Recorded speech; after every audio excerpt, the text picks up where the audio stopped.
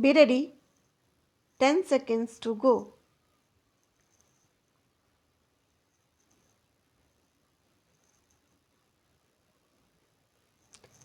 Start.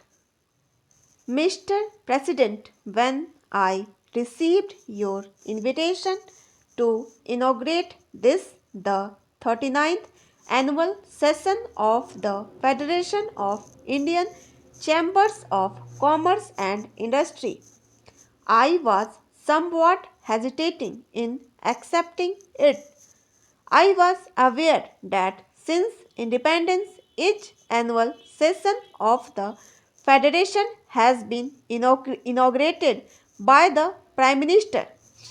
This, in fact, was the main reason for my reluctance. These annual meetings are beginning to become almost a ritual, and I am not much of a believer in rituals. I am also not happy about the tendency to turn to the Prime Minister to inaugurate every function of importance and to consider that a function which is not inaugurated by the Prime Minister is only the second rate importance. I feel strongly that other cabinet members, as also people in public life outside officialdom, should perform such functions far more frequently than they are at present doing. Your experience will always be useful.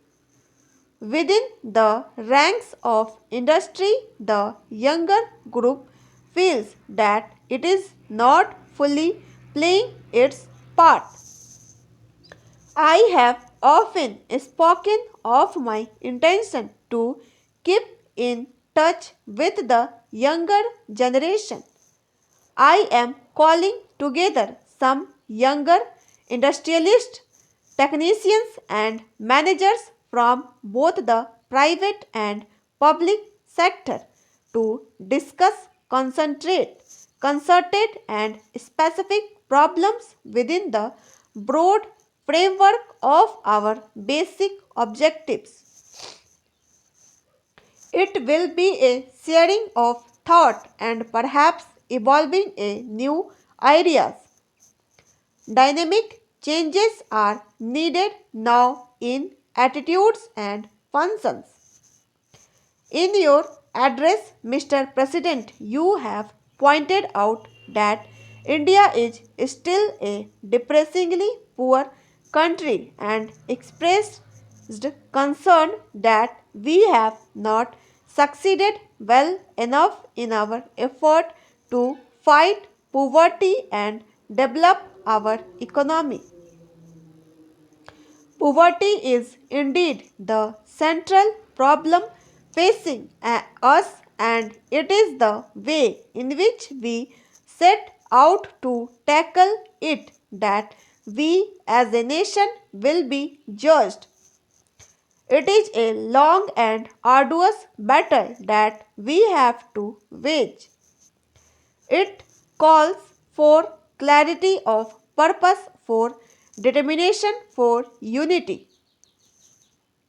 It demands of us all the perseverance, the discipline, the hard work of which we are capable.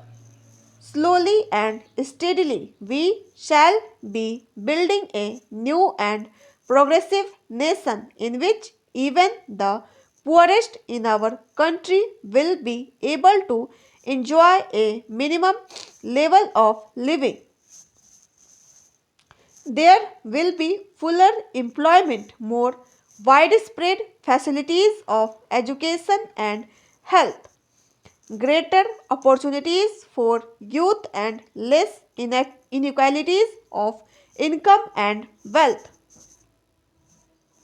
After you had shown so clear a recognition of the challenge of our situation, I was a little disappointed Mr. President, to hear you suggest that we would be well advised to have a smaller fourth plan.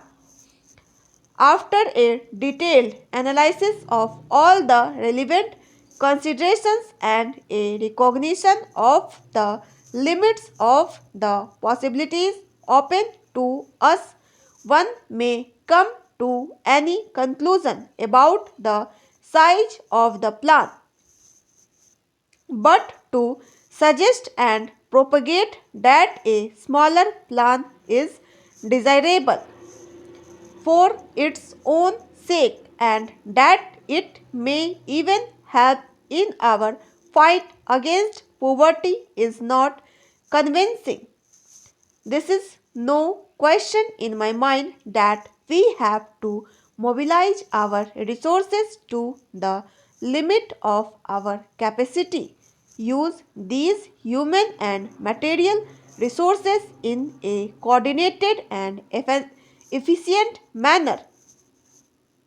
We shirk the responsibility and seek to cover it up by phrases. We shall be merely paying lip service to the cause of the common man.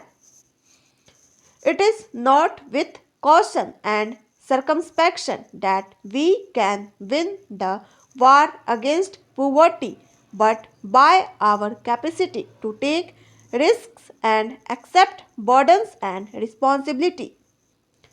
This does not mean that we should not take the greatest possible care in the husbanding of our resources. I am anxious to seek advice on the methods by which we could achieve a higher rate of growth in our economy and ensure better performance in every sector of our activity with lower investment or inputs of resources in general. I do not deny that our performance in the recent past has fallen short of our expectations.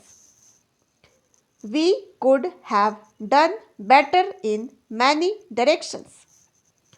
However, let us not belittle our achievement.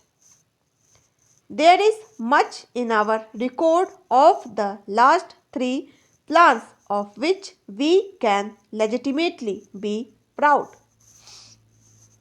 Let us not forget that the current level of industrial production is nearly twice of what it was in 1955 and we produce a large range of commodities which we did not produce before. The output of food grains increased by 70% between 1959 to 61 and 1964 to 1965. Let us not ignore the great progress in education, especially primary education and technical education. New skills have been developed. Science and technology are making their presence felt in distant villages.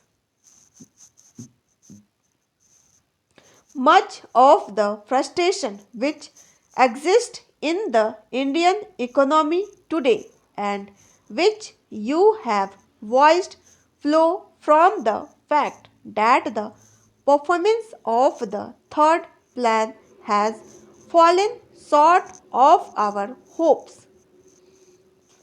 Let us by all means learn from our mistakes and attempt to correct them to best of our abilities and resources. Stop